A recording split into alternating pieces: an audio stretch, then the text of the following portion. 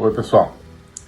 Para entender tudo aquilo que está acontecendo no Brasil, que a gente vê todos os dias, tudo aquilo que está acontecendo no mundo, as categorias políticas usuais não são suficientes.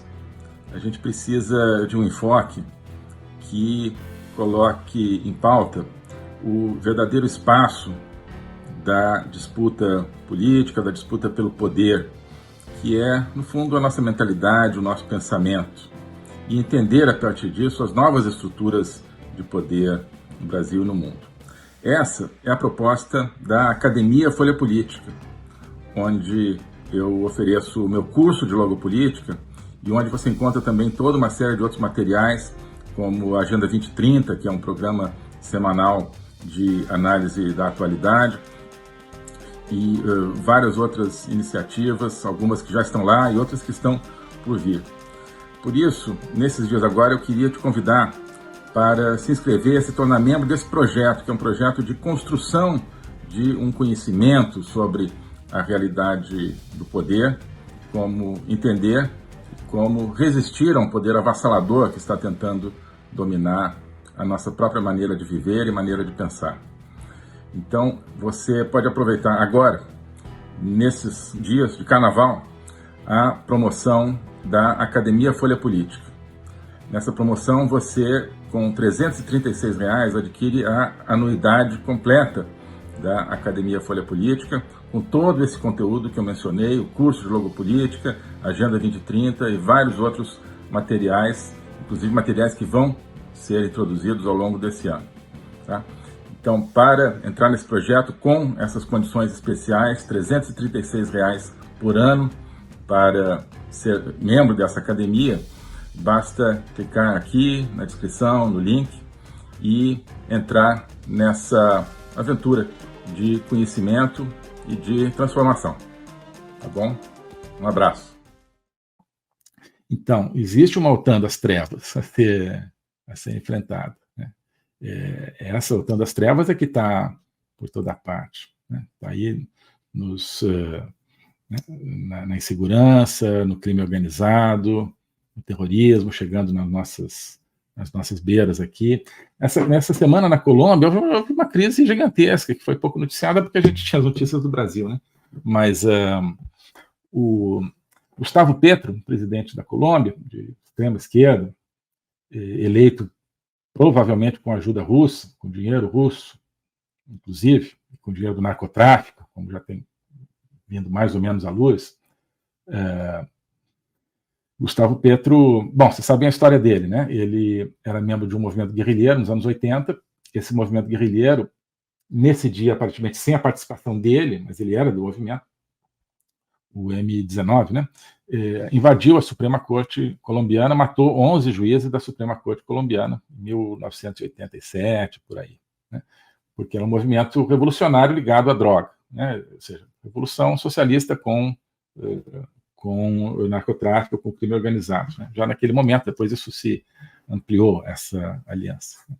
Mas, então, esse é o histórico dele, né?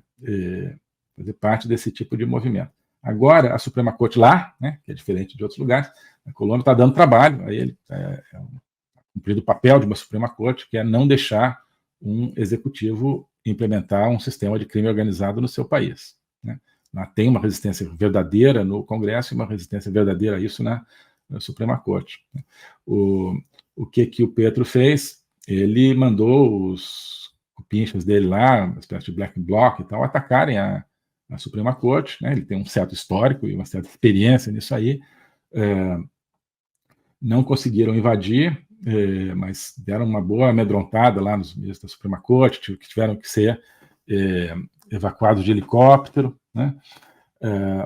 Mas, enfim, ele está criando um clima de guerra civil, está criando um clima de confrontação nas ruas, talvez para tentar tomar o poder na marra, né? Então, isso é uma coisa que a gente está vendo, né, no nosso entorno imediato. Não precisa falar, né, não vou falar aqui hoje do que a gente está vendo no Brasil, mas isso tudo são avanços de um sistema de governança que tem como alavanca de poder essa OTAN das trevas, né? Tem muito poder, né? tem o poder militar clássico da Rússia e da China, do Irã também, e de outros, né? Tem o poder da desinformação gigantesco, né? Tem o poder econômico, principalmente da China, né? Tem o poder do terrorismo, tem o poder do crime organizado, o dinheiro e o poder do crime organizado, do terrorismo.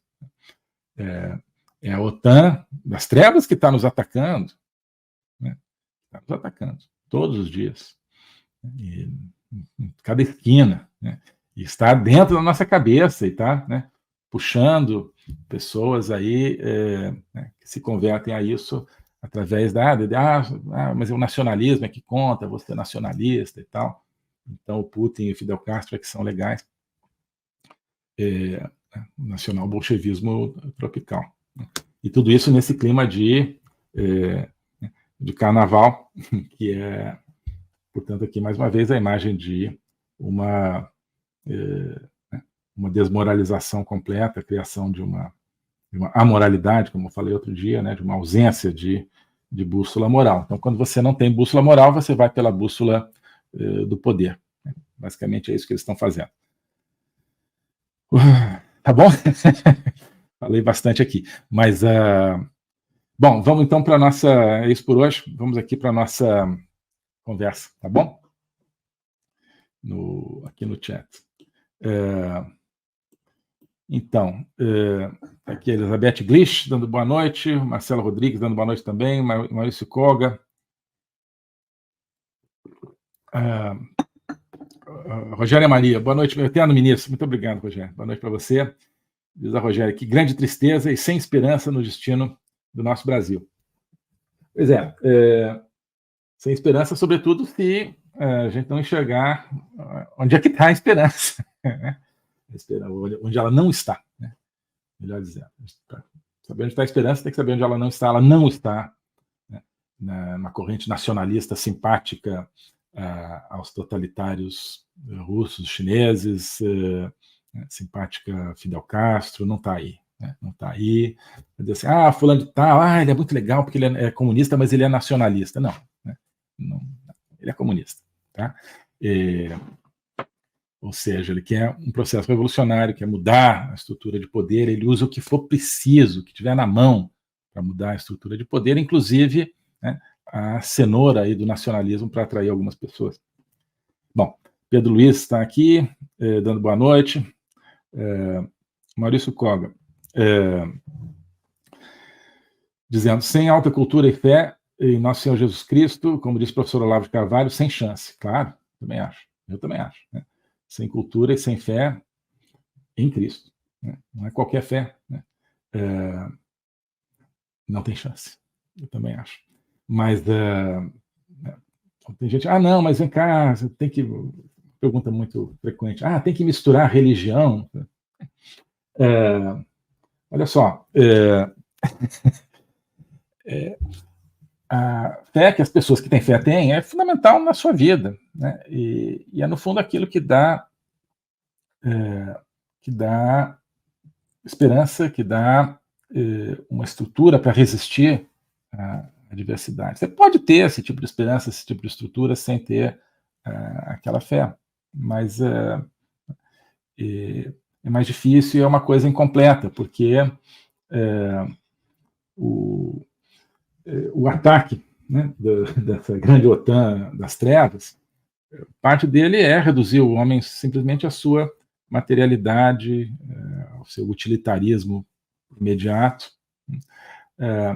Então, como é que você vai defender o espaço de liberdade sem defender, digamos, o canal por onde circula a liberdade humana, que é o canal da transcendência, porque na matéria não existe liberdade, né? A célula não tem liberdade para escolher, né? As nossas opções não são tomadas por uma eleição, né? As células votam lá, o que a gente vai fazer, né? Não são as nossas células que, né, exercem essa liberdade. Liberdade é outra coisa. Né? Então, se a gente quer a liberdade, mas a gente tapa a fonte da liberdade, né, que é o caráter mais do que apenas material do ser humano, a gente já está entregando o jogo. E Não, mas por que o cristianismo? Sim, porque o cristianismo é baseado na liberdade. Insisto muito nisso. A liberdade não é acidental, é fundamental no cristianismo. Né? Todo respeito às outras religiões, não tem nenhuma outra religião onde a liberdade tenha nem de perto a importância central que tem no cristianismo. Então, eu cito muito São Paulo, na carta aos Gálatas, dizendo foi para a liberdade que o Cristo nos libertou. Né? Então, nos libertou, né, para essa conexão com uma vida mais ampla, né, com uma plenitude, de onde vem a liberdade, né, e para que a gente viva isso, e não para que a gente, conquistei, agora vou bloquear, né, vou bloquear através de uma crença materialista. Então, acho que é por aí mesmo. Fanny Ferreira Santos, boa noite, ministro. Admiro muito os vídeos e a palestra que o senhor nos apresenta. Um bom carnaval, pois não festeja essas festas populares. Deus abençoe a todos nós e do nosso Brasil. Deus te abençoe também. Então, pois é, também não pulo muito carnaval, não. Né? O carnaval, realmente a gente está vendo cenas aí que não são de alegria, né? Que não são expressões de alegria, nem de festa, são expressões de auto-humilhação, né, da pessoa, de uma maneira ou de outra. E isso, claro, tem a ver com o ambiente nacional, com o ambiente mundial, né, da perda da bússola. O Maurício Koga, o professor Olavo conseguiu quebrar essa hegemonia cultural brasileira, mas está no começo dessa luta. Né? Exato, por isso que o Olavo, né, é um grande, até agora, né, já faleceu, mas é um grande alvo de quem quer destruir o Brasil. Né? Desmerecer e esquecer o Olavo é um dos grandes objetivos de quem está querendo nos destruir, porque sabem da energia que ainda emana, né, do Olavo, da sua pessoa, do seu ensinamento, da sua filosofia, da sua palavra. Né, o logos do Olavo, esse pessoal quer calar. Né? Então, antes de mais nada, a gente precisa defender isso, né, e continuar, manter vivo esse fogo que ele acendeu. Né? Maurício Koga também fala uma coisa aqui perfeita: o mundo inteiro está ficando totalitário, é uma tendência mundial. Exato, é isso que eu falei. Né? A Ucrânia é um pequeno laboratório disso, e não laboratório. A Ucrânia é um grande campo de batalha, duas vertentes, e o totalitarismo está vencendo. Né? Por isso que é tão importante que a Ucrânia vença, né? E, sobretudo, que a Rússia não vença, que o Putin não vença, porque será uma vitória do totalitarismo no mundo todo, aqui na nossa porta, inclusive. O Marcelo Rodrigues diz que, infelizmente, muitas pessoas preferem ficar acorrentadas olhando as sombras na fogueira da caverna. Isso é, tá? Caverna platônica. A maioria é assim, né? O Platão já sabia disso. E aqueles que saem lá fora, né, e enxergam a realidade, voltam para contar, o que acontece no mito da caverna platônica? O pessoal ali da caverna mata o cara que saiu. Né? O pessoal da caverna não aceita, não é só que não aceita, né? Mas não quer aquele sujeito contando como é a verdade, que eles sabem como é. Né? Eles sabem que não é a deles, mas eles não suportam isso e matam aquele mensageiro, que não deixa de ser uma figura um pouco pré-cristã. Né? Tem muita coisa pré-cristã que antecipa o cristianismo na filosofia grega. Essa é uma delas. Né? Então, São João, primeiro capítulo do Evangelho, a luz veio e não foi aceita pelos homens. Né? Cristo veio e não foi aceito pelos seus. Né? Venit in sua et eius non reciperunt illum, né? Na forma latina. Quer dizer, ele veio na sua própria casa, quer dizer, voltou, né, da caverna para os seus irmãos, e os seus irmãos não o receberam e o mataram. Não deixa de ter uma coincidência de inspiração aí, uma inspiração prévia aí na caverna do Platão. Portanto, não só a ignorância, né, na qual, infelizmente, né, o ser humano tende a viver, mas é a revolta contra aquele que que tenta trazer a luz. Tá certo? O globalismo existe, é uma coisa concreta. Ele é composto pelo Great Reset do Fórum Econômico Mundial, pelo projeto hegemônico da China, pelo programa de manipulação e conquista da América do Sul pelo Foro de São Paulo e outros elementos. E esses elementos eles atuam uns em benefício dos outros, sempre, principalmente através do controle da linguagem, porque o controle da linguagem é o controle do nosso pensamento. Então nós estamos tendo o nosso pensamento reprogramado, e essa reprogramação vai contra a nossa liberdade, vai contra a essência do ser humano. Isso é o globalismo. Com base nesse estudo, nessa experiência, é que eu criei o curso de Logopolítica.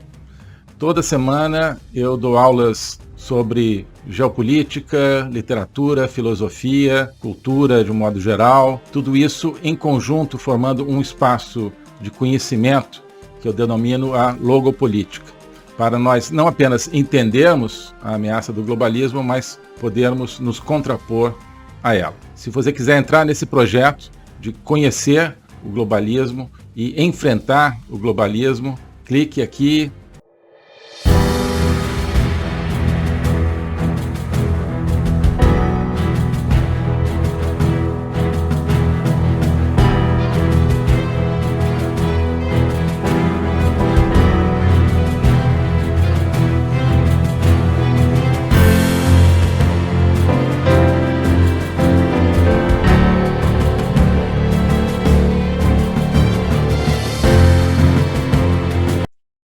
Alô a todos. Hoje eu gostaria de falar sobre o meu novo curso de Logopolítica, onde eu vou colocar a versão completa daquilo que eu tenho a ensinar sobre o globalismo. O globalismo nas suas múltiplas dimensões: geopolítica, econômica, social, cultural, filosófica, dimensões que só podem ser entendidas em conjunto, e que só podem ser entendidas em conjunto a partir de uma perspectiva logopolítica, ou seja, uma perspectiva do logos. Logos é a essência do ser humano.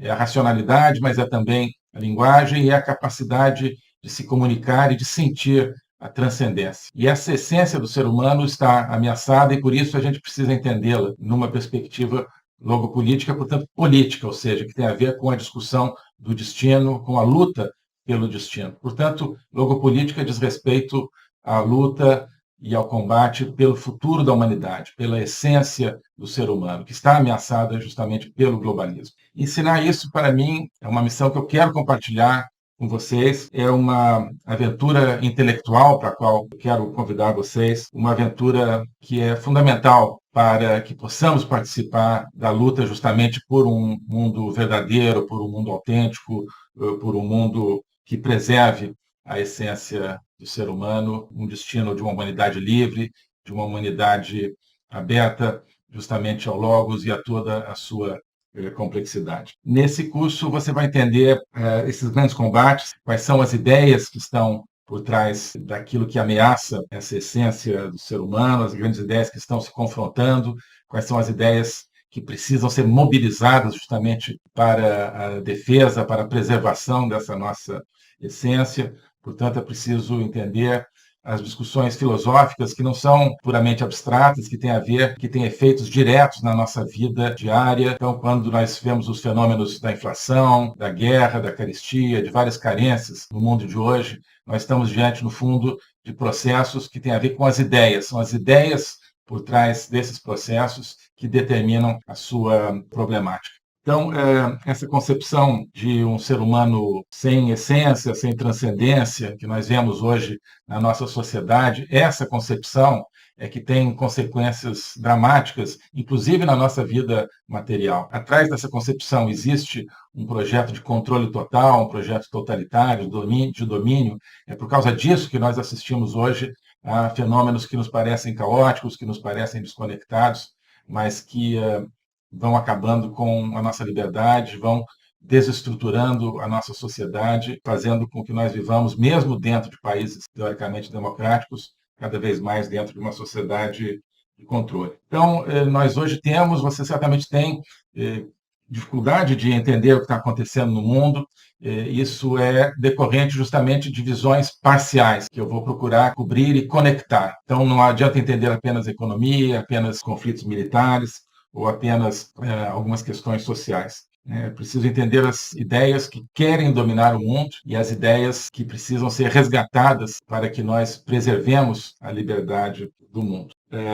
Então é isso que eu quero oferecer a você nesse curso de Logopolítica. Nós vamos estudar o conceito, a evolução, a manifestação do globalismo, na história recente, sobretudo, mas ao longo de toda a história humana, as ideias atuais que conformam o globalismo, elas são muito antigas, assim como as ideias de defesa e preservação da essência do ser humano também são antigas. Então nós vamos lá atrás, nos gregos, nos pré-socráticos, Platão, Aristóteles, e vários outros autores ao longo da história, procurar entender tanto as ideias da defesa do logos, da defesa da essência do ser humano, quanto as ideias que hoje ameaçam tão fortemente e tão incisivamente a nossa liberdade